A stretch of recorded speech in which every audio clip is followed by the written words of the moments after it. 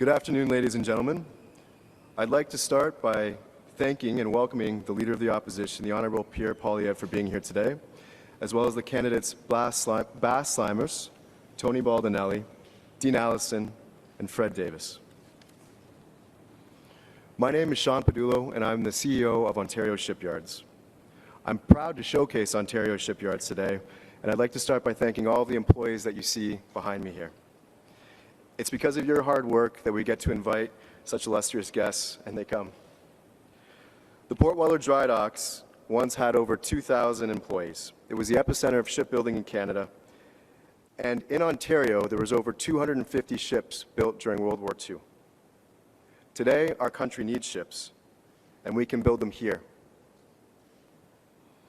Canada has some obligations. We need to hit our NATO 2%. We need to take defense into our own hands, and we need to ensure that the men and women who sail on the Canadian Coast Guard ships and Navy ships have new vessels. At a time of great economic uncertainty, a shipyard building ships can act as an economic anchor for its community. And we have shipyards in Hamilton, Thunder Bay, and St. Catharines. We look forward to working with Canada to build ships for our country. And on that note, I'd like to welcome candidate Fred Davies up to the podium. Thank you.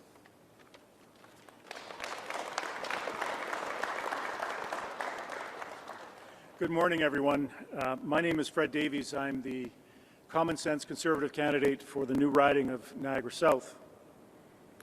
I have the honour of hosting Pierre Poilievre today, our Canada First announcement. After this lost Liberal decade, with costs and crime up and our economy down under America's thumb, it's clear that the Liberals don't deserve a fourth term. It's time to put Canada first for a change with a new Conservative government that will axe taxes, build homes, unleash our resources, stop crime, and bring home jobs to stand up to Trump from a position of strength. Pierre Poilievre is the only person who can bring change to Canada. Here to tell you more about our plan, I have the honour and the pleasure to introduce the only man who can stop Mr. Carney, the Leader of Canada's Common Sense Conservatives and the next Prime Minister of Canada, Pierre Poilievre.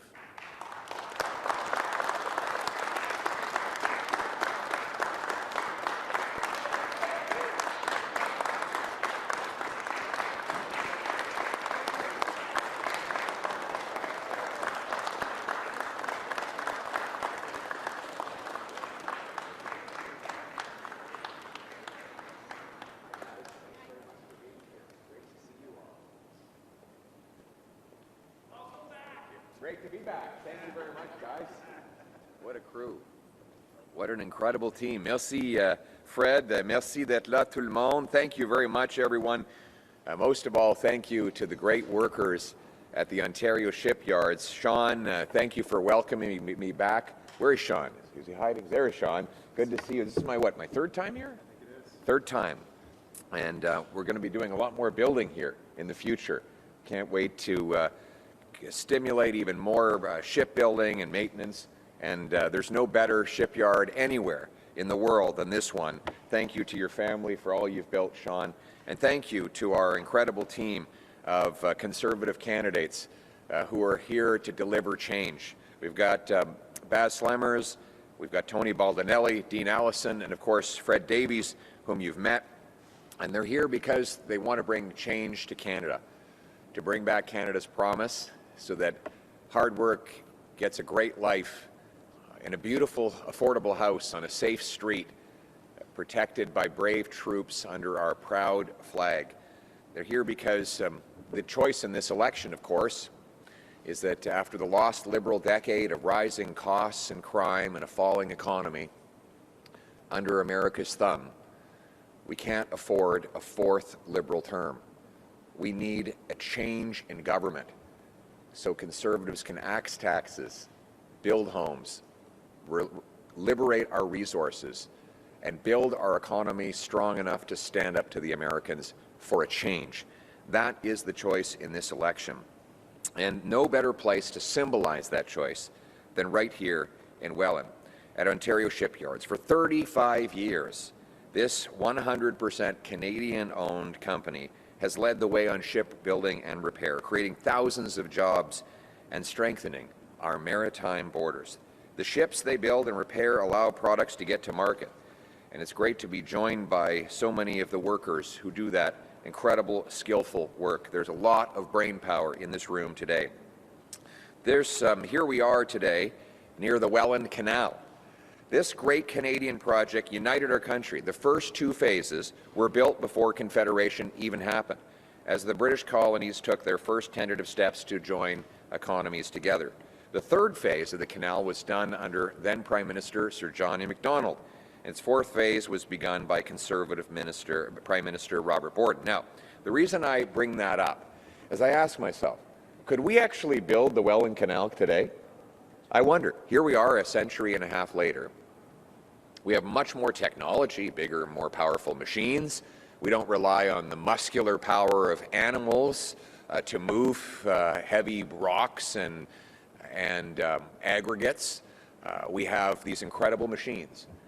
But something tells me it would actually take longer to get it built today. Not because of our builders or our companies or the machines they use, but because of the enormous bureaucracy that would stand in the way of getting it done. But today, more than ever, we need to start building. And we've done it before. We can do it again. We built the great Canadian Pacific Railway. We cleared the St. Lawrence Seaway, creating an H2O highway from basically Thunder Bay all the way to the Atlantic Ocean because of the ability to get things done. And we will be able to do things again. We've been hit with hardship in the past. Remember the great global economic crisis of 2008. During that time, our government took fast action under the leadership of then Prime Minister Stephen Harper. It was called the Economic Action Plan. There were some differences. Obviously, we went into that crisis strong. Our economy was growing. We had a budget surplus before the crisis hit. Food was affordable. So were homes. Taxes were lower. I know because I was serving as Prime Minister Harper's parliamentary secretary at the time. Later, I would go on to be his housing and jobs minister. And that was a time of rising wages and laughably affordable housing costs. You could buy the average home in Canada then for $450,000. And the average rent was $900 on a one-bedroom. It almost seems hard to believe that that was only 10 years ago. We slashed red tape, simplified project applications, streamlined approvals, and the result is that things got built. The original Economic Action Plan built 30,000 projects, roads, bridges, water systems, port expansions, and more. 610,000 new jobs. We created a one-and-done rule. One project, one-page application form. One page, one environmental review. And after all these projects were done, the Environment Commissioner did not find a single environmental problem, even though all of that paperwork was supposedly meant to protect the environment. After a lost Liberal decade, with costs up and the economy down, sadly, this is no longer the case. Après la crise financière mondiale, le plan d'action économique du gouvernement conservateur a aidé le Canada à surmonter la crise. La différence aujourd'hui, c'est que maintenant notre économie est faible. Nos salaires sont en baisse, les taxes sont en hausse, le coût de la vie s'est explosé à cause des taxes, des dépenses et des impôts libéraux. En 2008, ce n'était pas le cas. Le budget était équilibré, les taxes étaient en train d'être réduites, la nourriture et le logement étaient abordables et les impôts étaient plus bas. Je le sais parce que j'étais là, j'étais le secrétaire parlementaire Stephen Harper dans cette époque-là, et plus tard, j'étais son ministre responsable pour les emplois et le logement. À ce temps-là, ça coûtait la moitié d'aujourd'hui pour avoir une maison. On a maintenu les impôts très bas. On a bâti des logements. On a gardé notre économie en croissance. On a réduit la paperasse et simplifié les demandes pour l'approbation des grands projets. Le résultat, des projets ont été complétés rapidement. 30 000 projets d'autoroutes, de ponts, de réseaux d'approvisionnement, 600 000 emplois. C'était un plan ambitieux pour faire face à la situation et nous permettre de traverser la crise. Après les décennies perdues des libéraux, avec les coûts en hausse et notre économie en baisse, ce n'est malheureusement plus le cas. Donc la question pour cette élection, c'est avec une économie faible et la vie qui coûte plus cher, est-ce qu'on devrait donner aux libéraux un 4e mandat pour continuer de faire exactement la même chose avec exactement les mêmes députés et ministres libéraux, ou est-ce qu'il faut que ça change avec un nouveau gouvernement conservateur qui va couper taxes et impôts, libérer nos ressources, bâtir des logements et renforcer notre économie face aux Américains? Aujourd'hui, nous avons la pire croissance économique au Canada parmi le G7, la pire inflation immobilière, le pire endettement familial, et on a perdu un demi-billion de dollars d'investissement vers les États-Unis. After the lost Liberal decade, Canada has had the worst economic growth in the G7, the worst housing price inflation in the G7, the worst household debt in the G7, and $500 billion of net investment has poured out of our country into the United States. No wonder Donald Trump wants the Liberals elected for a 4th term. Happily, Donald Trump doesn't get to choose our next Prime Minister. Canadians do, and they want change. They want change to turn the page.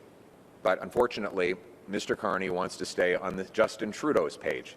He supports every single policy that Trudeau put in place.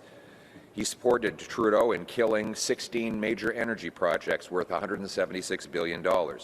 There are no new pipeline law, no new development law, C-69, their cap on Canadian energy, and their anti-development policies have driven $500 billion to the States, and Mr. Carney has publicly stated he wants to keep every single one of those policies. He will keep C-69, the no development law, keep the energy cap on Canadian oil and gas, and keep the industrial carbon tax that will drive jobs south. And after Justin Trudeau doubled our national debt, once again, at Mark Carney's advice, your tax bill has gone up too, to pay off the Liberal government's credit card. And now Mr. Carney is doubling down on the same failed Liberal policies. His ideological agenda will stifle development here in Canada, making us more dependent on the Americans than ever before. On energy, he and his Quebec lieutenant, the radical anti-energy activist Stephen Guilbeault, who was twice arrested for climbing up the CN Tower and then climbing onto the roof of the Alberta Premier's house, all to fight against energy. This is the guy that Mr. Carney has put in charge of Quebec. And Mr. Carney himself has said he wants to keep 80% of our fossil fuels in the ground. In the ground is where our wealth will remain if he becomes Prime Minister again after this election. This radical environmental agenda is dangerous and risky. Mr. Carney and the Liberals would deepen our weakness and push us further and downward towards recession. In fact, if you look at Mr. Carney, despite all the bragging he does about his resume, he's been wrong about every major economic issue of our time. He was wrong to support the carbon tax. He was wrong to oppose Canadian pipelines. He was wrong to say that inflation would not be a problem 5 years ago and encourage rampant money printing that led to mass misery in Canada and gave us 37% more food price inflation than they had in the States. Every important economic issue of our time has seen Mark Carney on the wrong side. And now he has no plan. A resume is not a plan.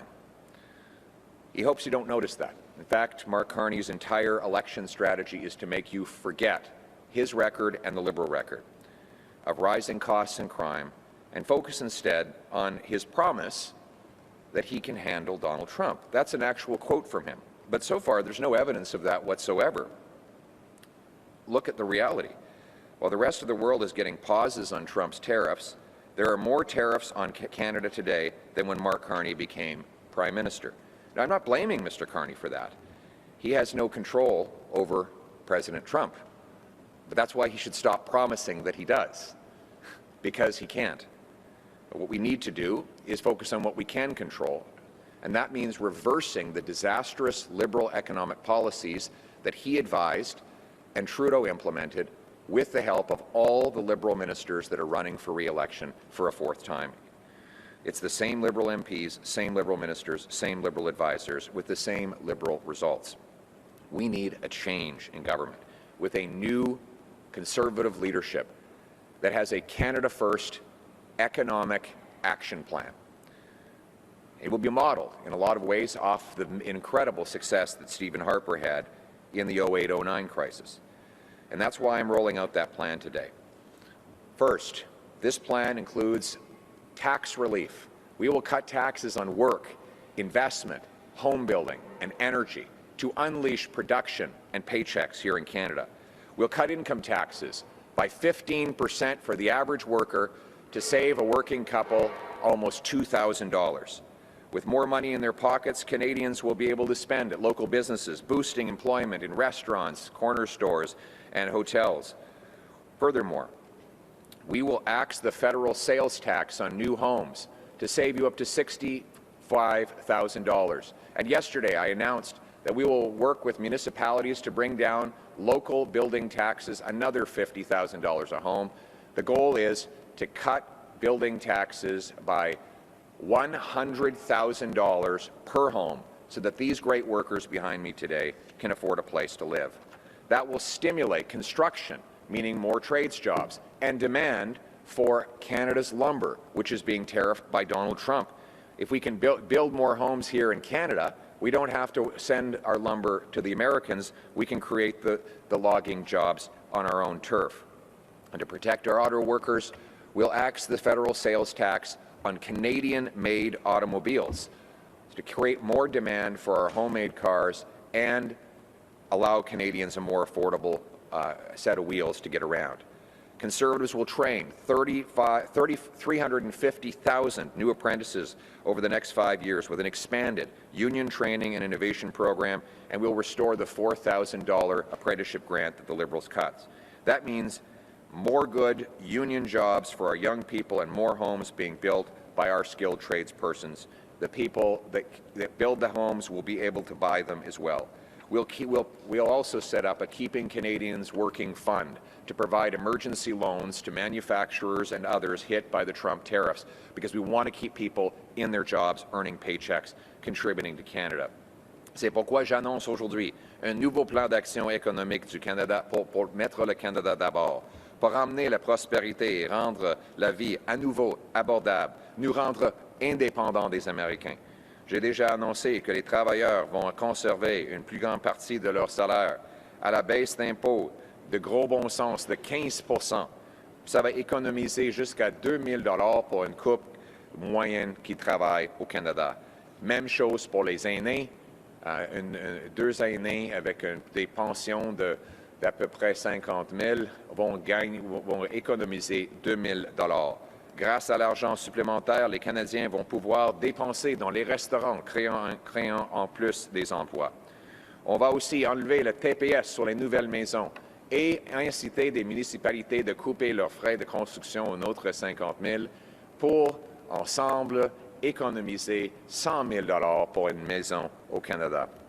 Et pour protéger les emplois dans l'automobile, on va aussi éliminer le TPS sur les voitures faites au Canada. Les conservateurs vont former 350 000 nouveaux apprentis au cours des 5 prochaines années pour qu'on puisse avoir les habiletés de bâtir. En rétablissement, le contribution, la subvention pour l'apprentissage à 4 000 $. Ça veut dire plus d'emplois, plus de chèques de paie et plus de construction. On va aussi mettre en place un fonds de la protection des emplois pour sauver des emplois dans l'aluminium, l'acier, les autos, au lieu d'avoir des gens perdre leurs emplois pendant les tarifs de Donald Trump. To make life more affordable again, we need to cut taxes and build homes. And to do this, we need an ambitious plan to boost our productivity and grow our economy after the lost Liberal decade. My new Canada First Economic Action Plan will boost our economy by unlocking our resources, empowering our entrepreneurs, and unleashing our economy with realistic goal of generating more GDP. We'll also pass the Canada First Reinvestment Tax Cut, zero capital gains tax when you reinvest here in Canada. This will be like rocket fuel for our economy, causing money to pour back into factories, shipyards, new homes, business centers, and other places that generate paychecks for our people. All of these policies combined have been calculated to boost our GDP by $500 billion spread over the next 5 years.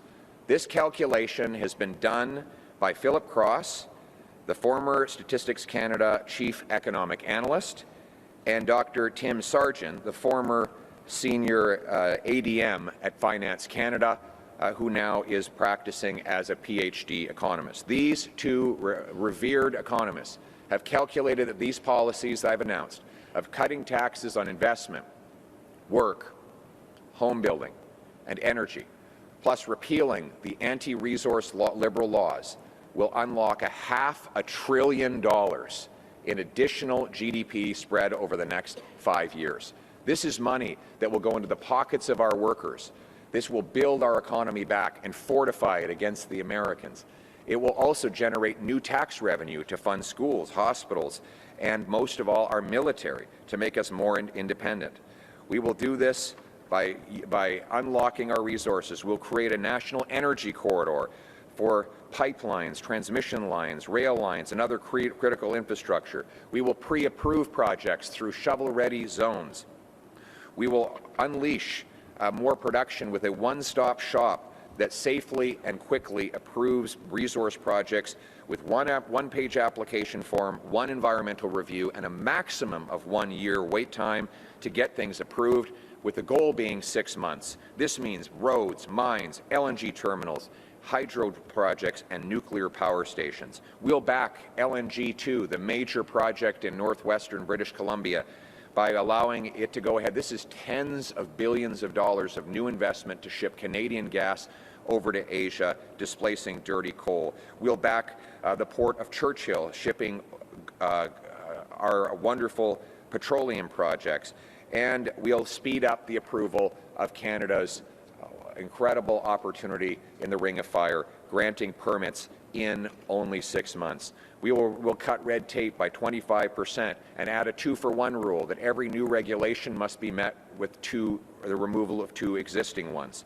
The Canada First economic plan will be like rocket fuel for the Canadian economy.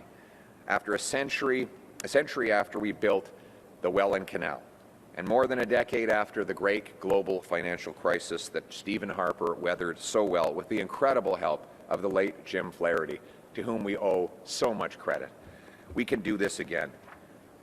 We know that we can. We know that we can turn the page on the lost Liberal decade of rising costs and crime and a falling economy.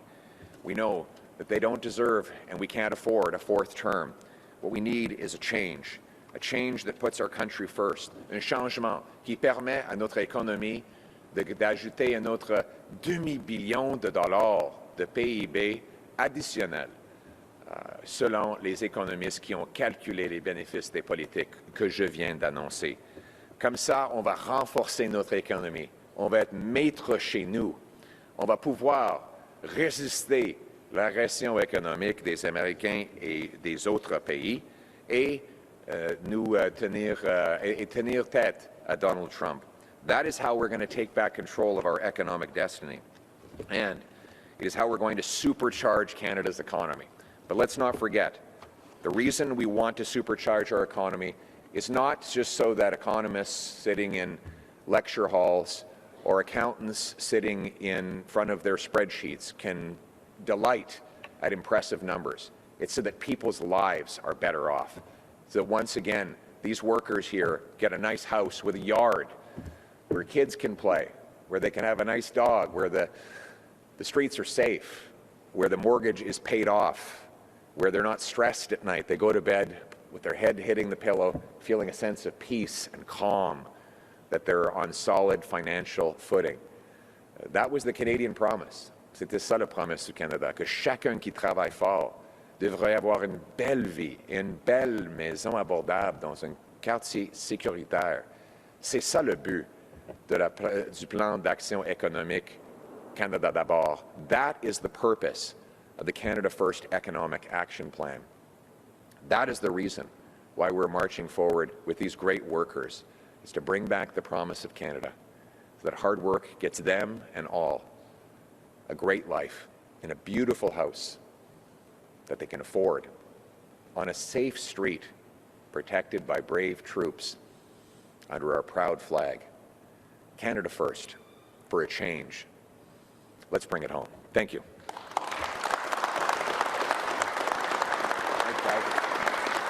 Thank you. We will now go to questions. The first question will be from the phone line. Ines Lombardo, Franco Press. Oui, vas-y. Please unmute Ines.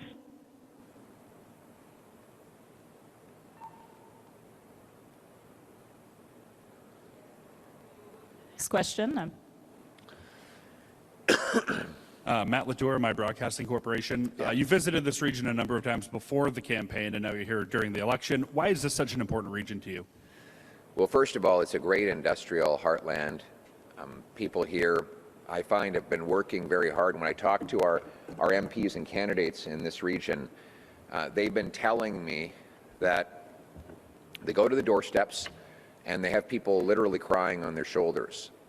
They're working nonstop.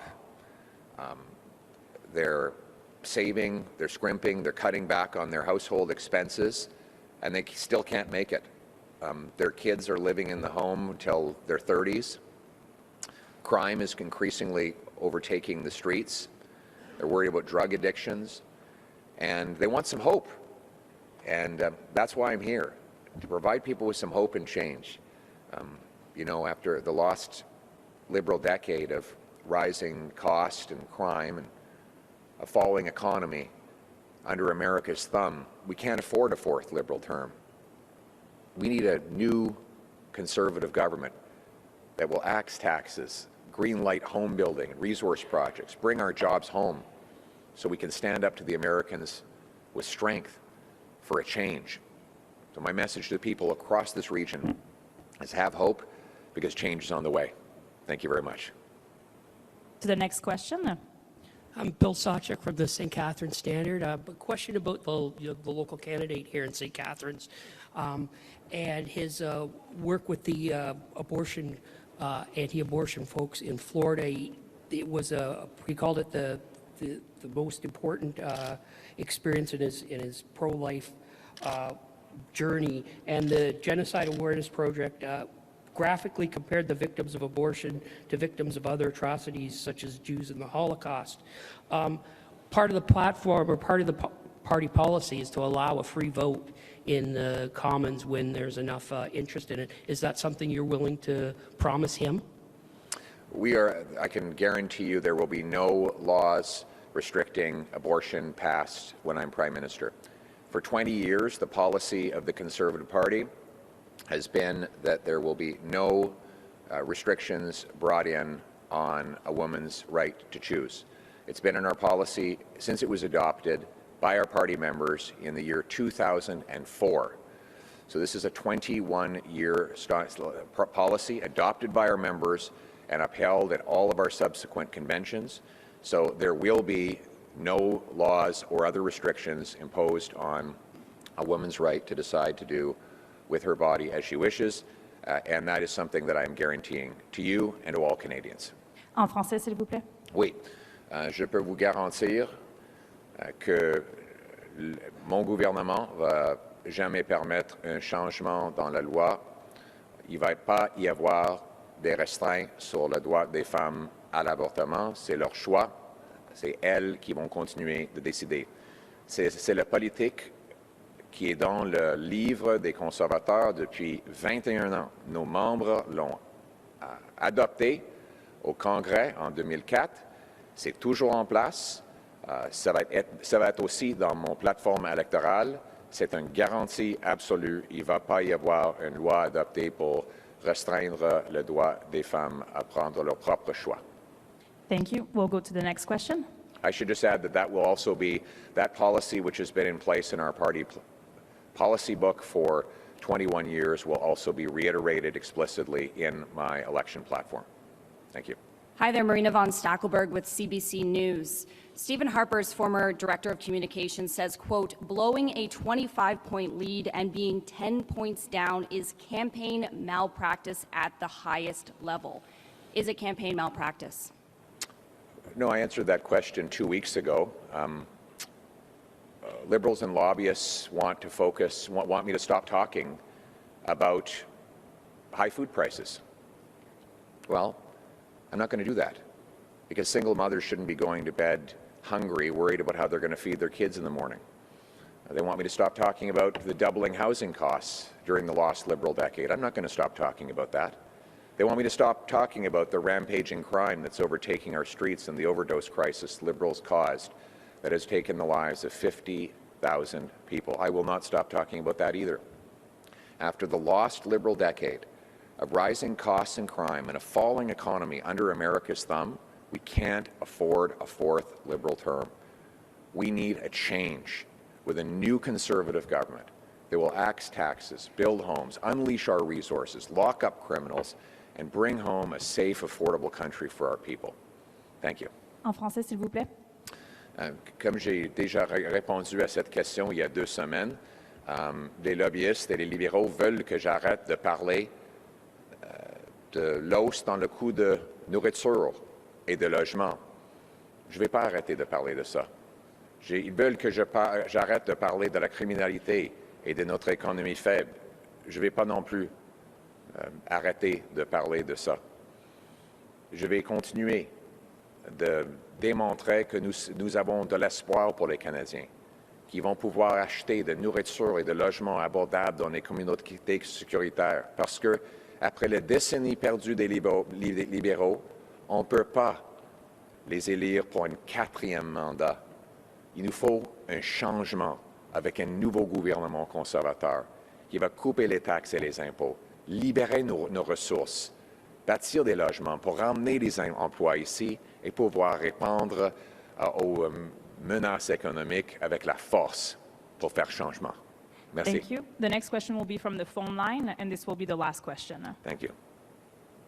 From Ines Lombardo at Franco Press.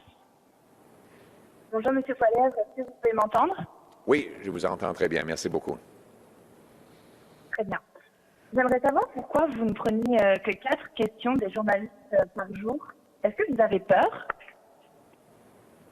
Est-ce que j'ai quoi? Non. Est-ce que vous avez peur? Non. Pourquoi vous prenez aussi peu de questions par jour? La réponse est non, et the response is no. We're here today talking about the choice in the next election.